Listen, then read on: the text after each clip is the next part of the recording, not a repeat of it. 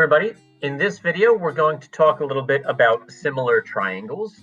So let's start with this statement here. If two triangles have two angles in common, then they have three angles in common, and they are similar.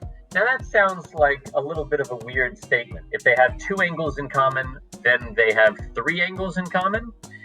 But actually it makes sense if you just think about it. So for example, these two triangles over here have two angles in common. One is this 58-degree angle, so they both have an angle which is 58 degrees, and they also both have an angle which is 90 degrees. So this little square here is the symbol for a 90-degree angle. All right, now since it is a triangle, and we know that the sum of the interior angles of a triangle add up to 180 degrees, if I wanted to figure out the angle, how big this angle is over here, then I could just do 90 plus 58, which is 148, and then 180 minus 148, which is 32, and I just figured out that this angle here must be so this angle here must be 32 degrees, okay? But wait a minute, since this triangle has the same two angles that this one did, 58 and 90, then that means that I could do the exact same calculation for this triangle, and then I could figure out that this angle also must be equal to 32 degrees. So that's why I say that if two triangles have two angles in common, then really they have three angles in common, because we could do the same calculation for both of the triangles to figure out what that final angle is. Okay, so all three angles really are the same for both triangles. Now also, since I know that really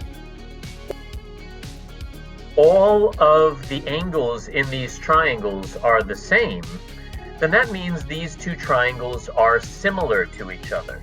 Recall what the definition of similarity is. So two shapes are similar if one can be transformed into the other one via a sequence of translations, rotations, reflections, or dilations. So if all of the angles inside here are the same, then there must be some sequence of translations and or reflections, rotations, dilations that we could use to transform this one into this one or this one into this one. More informally, you can think of similar shapes as being basically the same, except one of them is bigger or smaller than the other. All right, now moving on.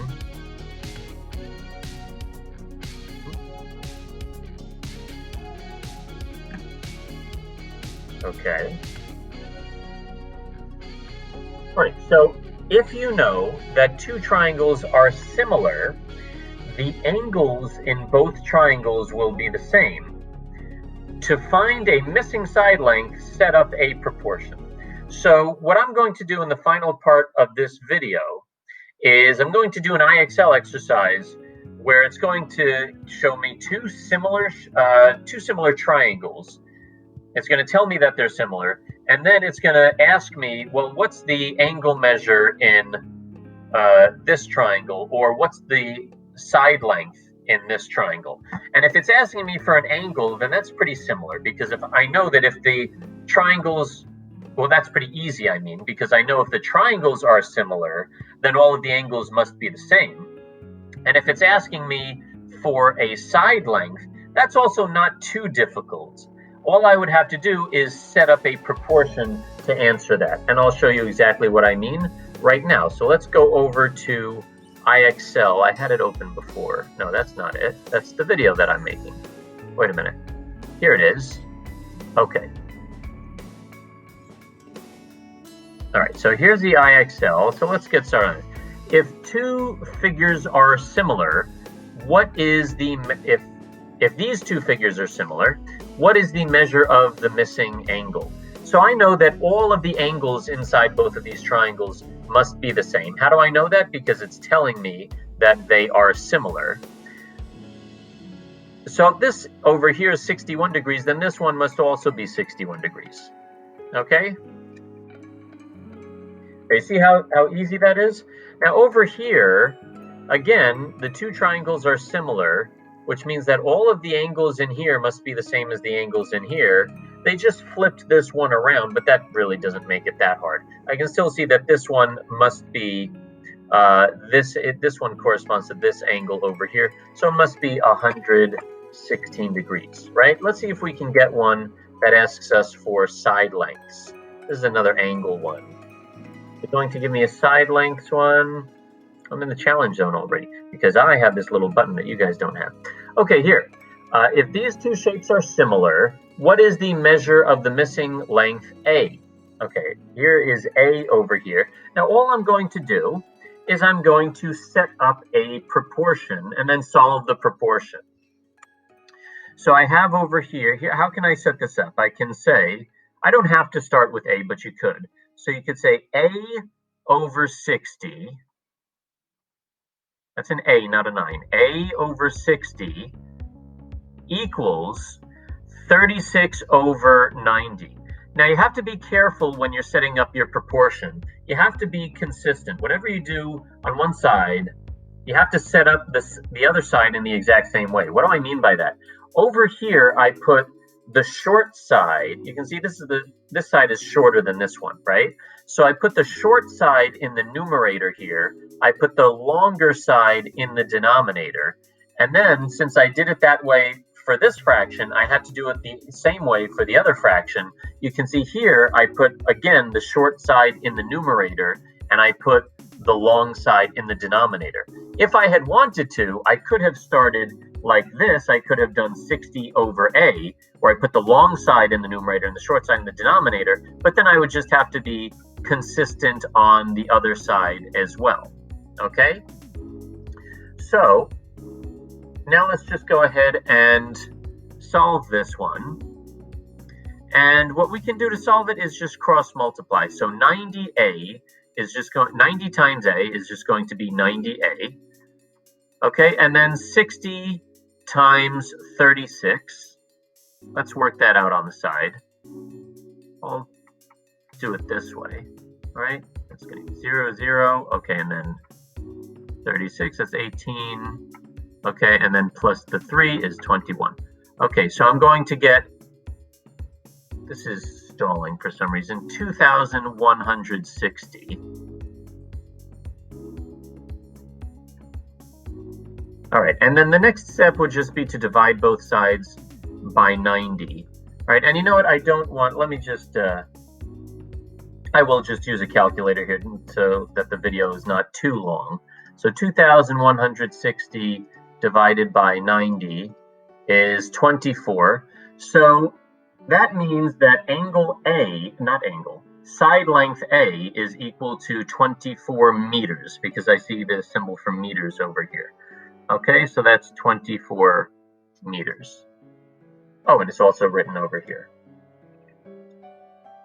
All right, so that's it. Now what you could also do, let me do one more, but I'm going to set up the proportion in a different way. So you'll notice in the last problem, if you rewind a few minutes, for the fraction that I wrote on the left, I took both of those numbers from one triangle, and for the fraction that was on the right, I took both of those numbers from the other triangle. You could do it a different way. So what I could do is I could take a number from this triangle over here. So let's take the M. Okay, so M over, and then I'll take also, so M is the short side, right? So I'll also take the short side for this triangle. So I could do M over this side over here, 12. And then I could do 56 over 84.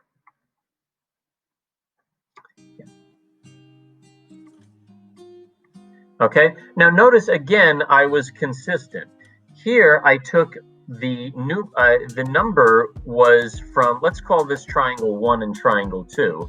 The numerator here was from triangle 1, and the numerator on this side was also, no, I'm sorry, the numerator was from triangle 1, the denominator was from triangle 2, and on this side also, the numerator was from triangle 1, but the denominator was from triangle 2. So again, I was consistent, right? So, and I also did the short side over short here and long over here. So let's just go ahead and cross multiply. So we're going to get 84m equals, and then 12 times 56. I am just going to use a calculator to do that quickly. 12 times 56, it's, whoa, no.